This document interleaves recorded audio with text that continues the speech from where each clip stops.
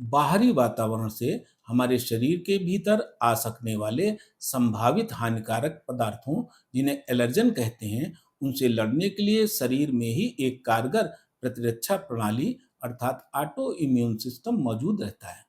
किंतु कभी-कभी ये इम्यून सिस्टम अपनी हाइपर सेंसिटिविटी के चलते कंफ्यूज्ड होकर ओवर एक्टिव हो जाता है और बाहर से भीतर आए किसी हानि रहित पदार्थ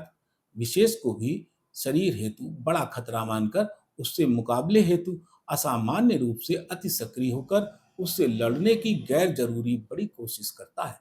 और कुछ केमिकल मैसेंजर रिलीज करता है, जिन्हें हिस्टामिन कहते हैं। परिणाम स्वरूप शरीर में जो तीव्र लक्षण उभरते हैं उसे ही एलर्जी कहते हैं। खाने, छूने, काटने, डंक मारने या सूंघने से कुछ एलर्जन जैसे किसी फूल के परागकण की प्रोटीन, धूल, धुआं, पालतू जानवरों की रूसी, कुछ विशेष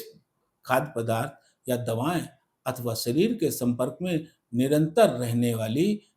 धातु विशेष और मौसम परिवर्तन या मौसम विशेष भी एलर्जी का कारण बन सकते हैं। एलर्जी में प्रायः शरीर के सबसे बड़े आर्गन या तीसरी किडनी सरीखी, स्किन में लाल खुजलीदार चकत्ते, आंख में लालिमा व जलन, लगातार छींके, जुकाम, खांसी, गले में सूजन व सीटी की हल्की आवाज या सांस फूलना और दमा आदि के लक्षण हो सकते हैं। एलर्जी अक्सर वंशानुगत भी होती है। इसमें बेसिकली तो कोई एंटी एलर्जिक दवा देकर साथ में पूरा आराम आने तक अन्य सिम्टोमेटिक ट्रीटमेंट किया जाता है। झटपट आराम के लिए एलर्जी के बेसिक ट्रीटमेंट हेतु किसी एलोपैथिक एंटी हिस्टामिनिक ड्रग जैसे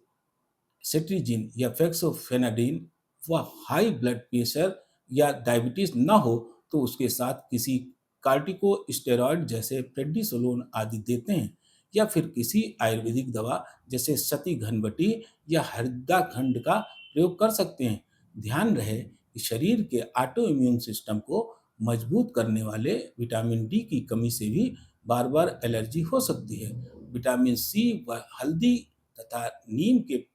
पत्ते के सेवन से बारंबार होने एलर्जी एलर्जी भी काफ़ी हद तक रोकथाम हो सकती है। किसी को बार-बार किसी चीज़ से एलर्जी हो जाती है, ये जानने हेतु पैथोलॉजी के ज़रिए स्किन प्रिक टेस्ट होता है, जो कि बहुत महँगा होकर भी गरीबों हेतु प्रायः पूर्णतः संतोषजनक नहीं होता। परेशान आमजन हेतु खाद्य पदार्थों से एलर्जी जानने का घरेलू उपाय ये हो सकता है कि व्यक्ति पहले दिन केवल जल का सेवन करे, फिर दूसरे दिन मात्र दूध, फिर दूध रोटी खाने में जोड़े अगले दिन, फिर क्रमशः रोज एक-एक नया अनाज खाने में जोड़ता जाए। जिस दिन किसी नए खाद्य पदार्थ से एलर्जी के लक्षण प्रकट हो, तो उस या उन खाद्य पदार्थों को अपने आहार से हमेशा के लिए त्याग देना चाहिए।